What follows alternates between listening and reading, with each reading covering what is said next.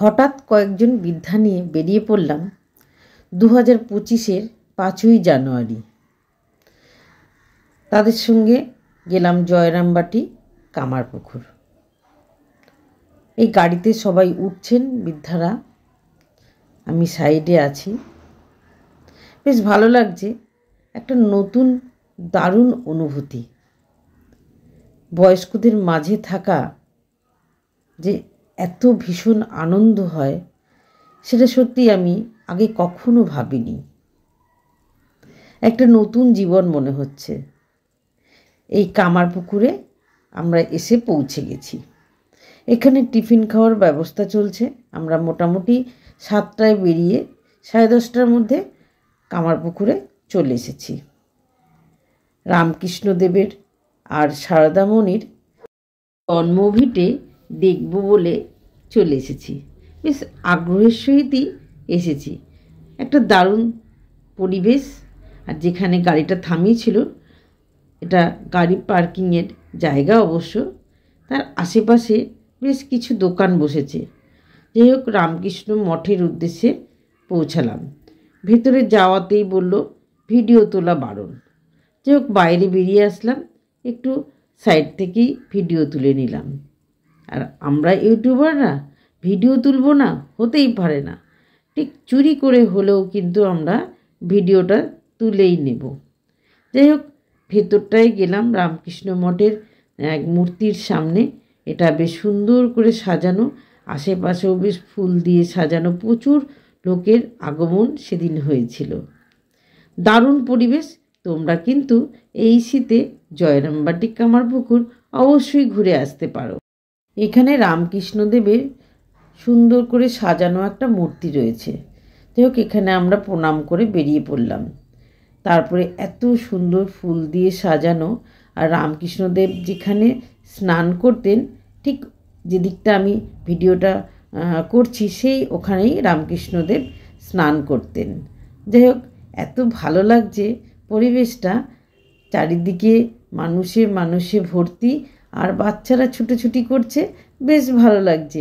সুন্দর করে ফুলের বাহার, আর ভালো লাগবে না তা তো হতে পারে না। ভিডিওগুলো তুলেছি কিন্তু চুপি চুপি, আস্তে করে মোবাইলটা নিচের দিকে নামিয়েই কিন্তু ভিডিওটা তুলে নিয়েছি। বেশ ভালোই লাগছে।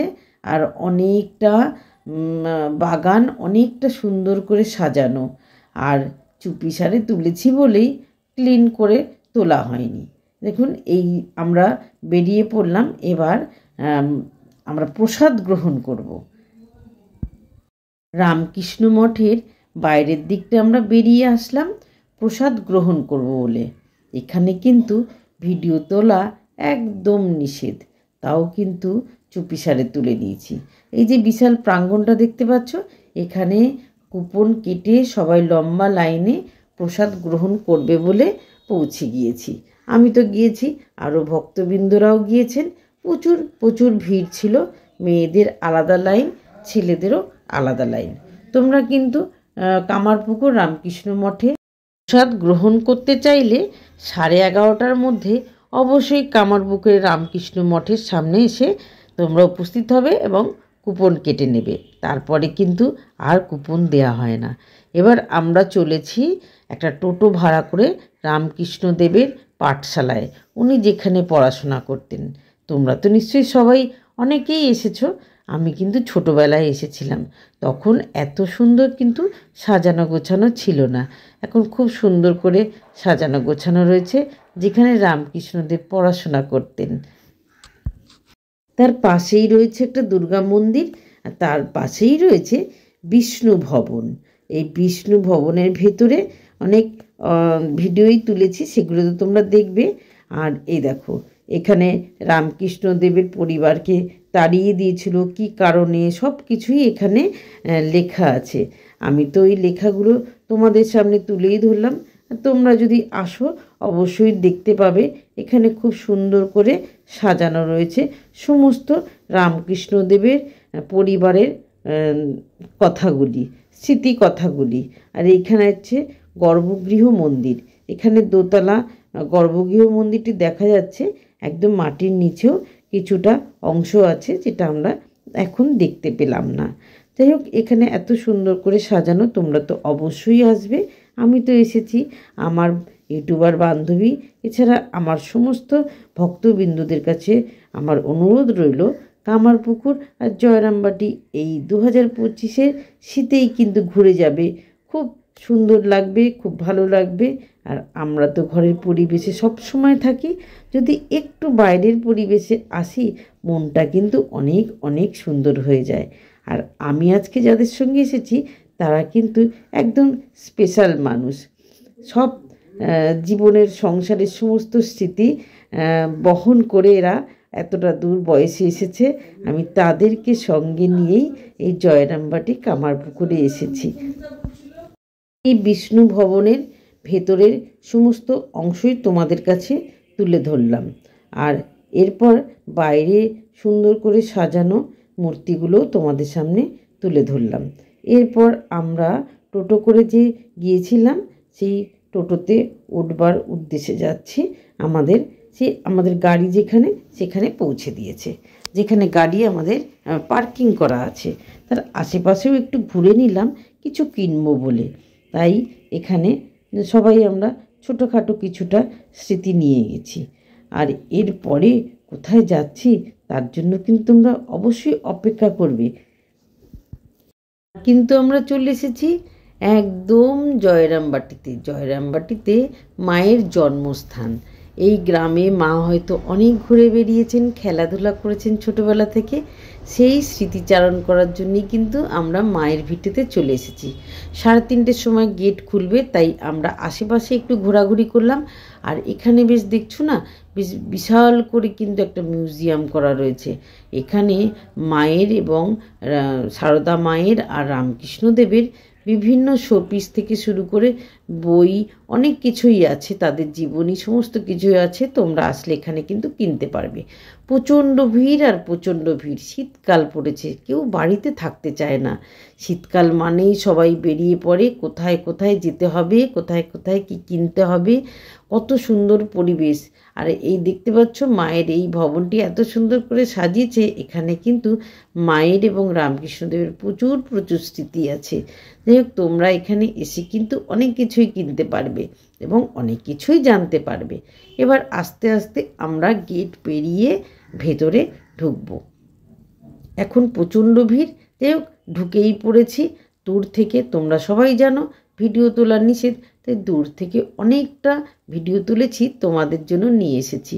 এত সুন্দর মায়ের ভিটেটা সাজানো, ফুলে ফুলে ভরা, খুব সুন্দর করে সাজিয়েছে। তাই প্রচুর ভিড় আর প্রচুর ভিড়। তাই এরপর আমি আর কিন্তু ভিডিও তুলতে পারিনি। মায়ের ওই মন্দিরটিতে মায়ের এত সুন্দর বিগ্রহ রয়েছে, চোখে পড়ার মতন। তোমরা কিন্তু জয়রামবাটি অবশ্যই ঘুরে যাবে। আগে তো তোমরা দেখেছো প্রতি বছর কিন্তু অনেক সুন্দর সুন্দর করে সাজানো হয়। মা যেখানে খেলতেন, মা যেখানে ঘুরে বেড়াতেন, সেইগুলো যদি আমরা না দেখি তাহলে তো হয়ই না। এগুলো তো আমাদের কাছে পুণ্যস্থান। যাই হোক, আমি এত সুন্দর করে সাজানো ভিডিও না তুলে কিন্তু পাচ্ছি না। এত সুন্দর ফুল গাছ বসেছে, এত সুন্দর ফুল, আর এত লোকারণ্য, আর এত সুন্দর করে সাজানো মায়ের বাড়িটি তোমাদের জন্য কিন্তু অনেক কষ্ট করে ভিডিও তুলে নিয়ে এসেছি। তোমরা কিন্তু অবশ্যই কিন্তু জয়রামবাটিতে চলে যাবে এই শীতের মরশুমে। অনেক ভিড় আর ফুল, প্রচুর মানুষ আর মানুষ। আর মায়ের স্থানে মায়ের বিগ্রহটা তো চোখে পড়ার মতন, যেন মা বসেই আছেন সবার কাছে। এই জায়গাটা দেখতে পাচ্ছ, এটা হলো কিন্তু রামকৃষ্ণদেবের জন্মভিটে। এখান থেকে রামকৃষ্ণদেবের বাবাকে তাড়িয়ে দেওয়া হয়েছিল। এটা তো অনেক গল্প কথা আছে, তোমরা কিন্তু আসলে এখানে গল্প কথা সম্পর্কে অনেক কিছুই এখানে জানতে পারবে। এখানে রামকৃষ্ণদেবের বাবার ভিটে দেরেক গ্রাম। এই দেরেক গ্রাম সহজে কিন্তু সবাই আসে না। তোমরা কিন্তু এই দেরেক গ্রামে এসে ঘুরে যেতেই পারো। এখানে ঘর ভাড়াও পাওয়া যায়, খাওয়া দাওয়া নিয়ে 300 টাকা ঘর ভাড়া। যাই হোক, তোমরা চলে এসো। আমি তো এখানে এসেছি, ঘুরে গেলাম, বেশ মজা করলাম। আর এই বয়স্ক মায়েদের সাথেও অনেক অনেক সুন্দর মুহূর্ত কাটালাম। আর আমার ভিডিওটা যদি তোমাদের ভালো লেগে থাকে প্লিজ সাবস্ক্রাইব করে পাশে থাকবে। আর পাশে থাকা যে ছোট্ট বেল আইকনটি আছে সেটি কিন্তু অবশ্যই প্রেস করে রাখবে, যাতে আমার ভিডিও দেবার সাথে সাথেই নোটিফিকেশান তোমাদের কাছে পৌঁছে যায়। ভিডিওটা দেখার পরে সুন্দর একটা কমেন্ট করবে, তোমাদের কমেন্টের আমি আশায় বসে থাকি। যাই হোক, ভিডিওটা তোমরা দেখতে থাকো। Thank you.